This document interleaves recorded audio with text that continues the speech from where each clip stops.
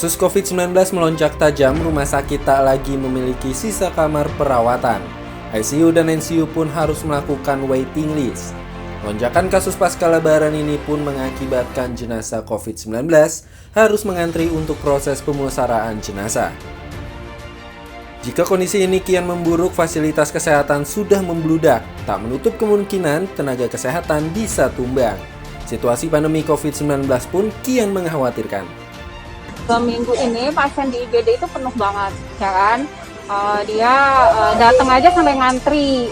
Terus kunjungan IGD sekarang ini sudah mulai meningkat sampai 60 per hari. Jadi udah 102 kali lipat ya untuk kunjungannya. Sampai 60 bahkan sampai 65 pernah. Kasus kematian kayak kemarin itu kasus kematian bisa sampai ngantri juga jenazah.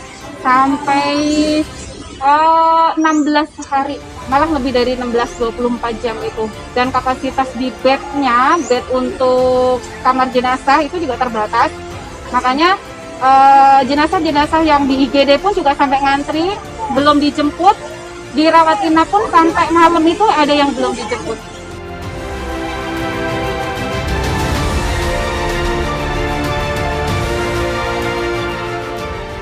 Kasus kematian 2 hari terakhir ini yang paling banyak karena dia datang sudah dalam kondisi terlambat, saturasi sudah sangat rendah, meningkat memang. Ya kira-kira saya sudah terus juga udah capek ya pontang panting ya, cuman ya memang kita harus berusaha keras untuk ini keselamatan pasien-pasien Kota Tangerang. Ya tetap diusahain ini ya, dikuat-kuatin lah.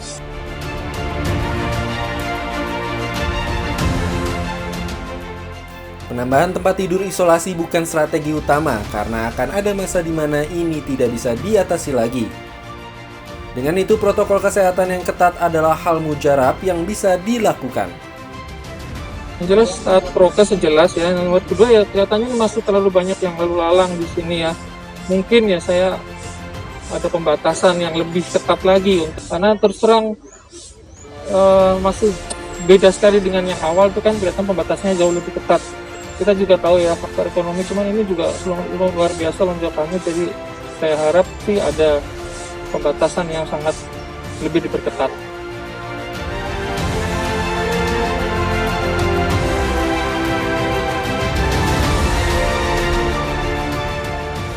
Kami menghimbau sebagai tenaga kesehatan berharap sekali untuk masyarakat mohon segera sadar.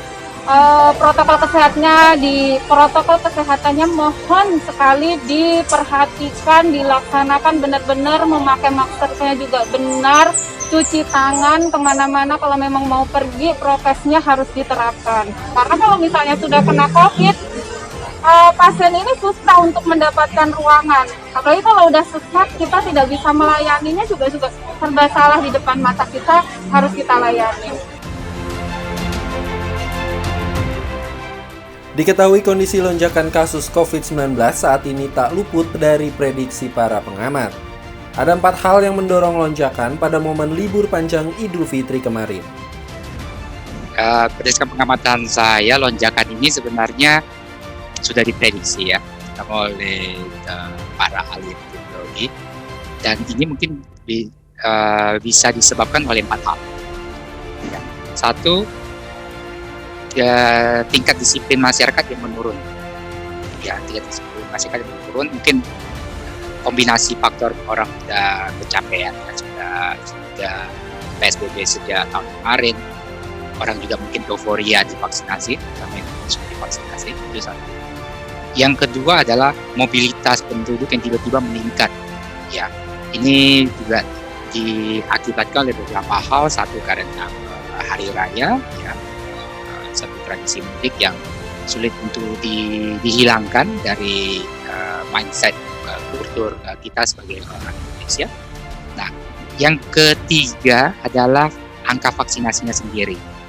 Ya, walaupun kita, terutama pemerintah Indonesia, bisa berbangga diri bahwa kita adalah negara Asia ketiga tertinggi dalam jumlah absolut masyarakat yang sudah divaksinasi, dan jumlah absolut penduduk yang sudah divaksinasi.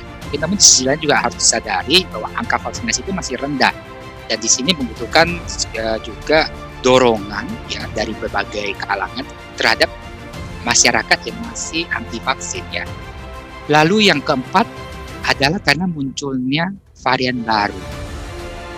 Ya, memang seperti sudah dikemukakan saat ini mulai banyak varian yang kita sebut varian Delta, itu varian yang pertama kali ditemukan di India, B16172 itu. Dan varian Delta itu sudah dibuktikan dia lebih mampu menginfeksi lebih banyak orang. Jadi 4 hal ini menurut saya berubah. Jadi angka kedisiplinan yang menurun, terus mobilitas yang meningkat, angka vaksinasi sebenarnya masih rendah dan munculnya varian baru.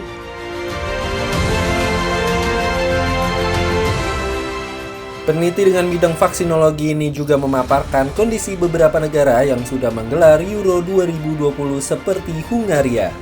Dan mengapa Indonesia belum bisa? Kenapa di saat ini Piala Euro 2021 sudah berjalan di Eropa dan kita bisa melihat banyak orang yang pergi ke stadion untuk menonton. Itu sebenarnya kebijakan dari negara masing-masing. Ya. Itu ada beberapa negara Eropa yang memang kasusnya lagi turun, benar-benar lagi turun. Banyak negara yang memutuskan selama penontonnya boleh masuk ke stadion kalau satu sudah divaksinasi, dan ada yang menambahkannya juga dengan memiliki hasil PCR negatif 3 hari sebelum pertandingan. Ya, dan ada negara yang mengharuskan penontonnya karantina dulu 10 hari baru boleh nonton. Jadi ada variasi. Jadi mungkin di situ untuk menambahkan informasi kepada terutama supporter sepak bola, kenyataannya nggak seindah kita lihat di TV ya. Jadi tetap ada pengetatan.